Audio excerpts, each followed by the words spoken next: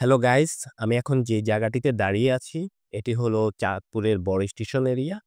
চাঁদপুরের অন্যতম পর্যটন স্পট। এটি পদ্মা, মেঘনা ও ডাকাতিয়া ৩ নদীর মিলনস্থলে এই পর্যটন এরিয়াটি অবস্থিত। ৩ নদীর মোহনায় সূর্যাস্তের দৃশ্য, ছোট, ছোট নৌকার ভেসে চলা, নদীর কূলে পানি আছড়ে পড়ার শব্দ সারা জীবন মনে রাখার মতো যথেষ্ট। ১৯৭১ সালের মহান মুক্তিযুদ্ধের সময় এই বড় স্টেশন এলাকাতেই পাকিস্তানি হানাদার বাহিনী কর্তৃক পরিচালিত বন্দি সেলে অসংখ্য মুক্তিযোদ্ধাদের নির্মমভাবে হত্যা করা হয়।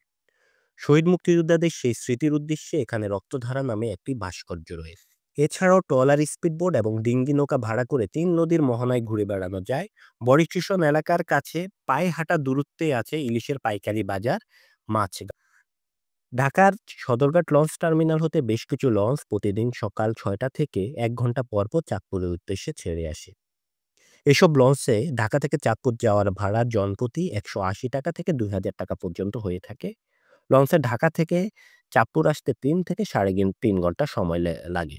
ঢাকা সায়দাবাদ বাস টার্মিনাল হতে প্রতিদিন সকাল ৬টা থেকে রাত ৯টা পর্যন্ত পদ্মা এক্সক্লুসিভ নামে চাঁদপুরের উদ্দেশ্যে ছেড়ে যায়। আর চাইলে ঢাকা হতে ট্রেনে চড়েও আপনি আসতে পারবেন। সেক্ষেত্রে ঢাকা থেকে ট্রেনে চড়ে লাকসাম এসে সেখান থেকে চাঁদপুরে আসতে হবে। চাঁদপুর শহরে থাকার জন্য মোটামুটি ভালো হোটেলের মধ্যে সদর হসপিটালের সামনে হোটেল গ্র্যান্ড হিলসা উল্লেখযোগ্য। এছাড়াও আম কালীবাড়ি এরিয়াতে কিছু ভালো মানের হোটেল রয়েছে। যেহেতু ইলিশের রাজধানী চাঁদপুরে এসেছেন, আর এখানে এসে ইলিশ মিস মিস করা কি ঠিক হবে?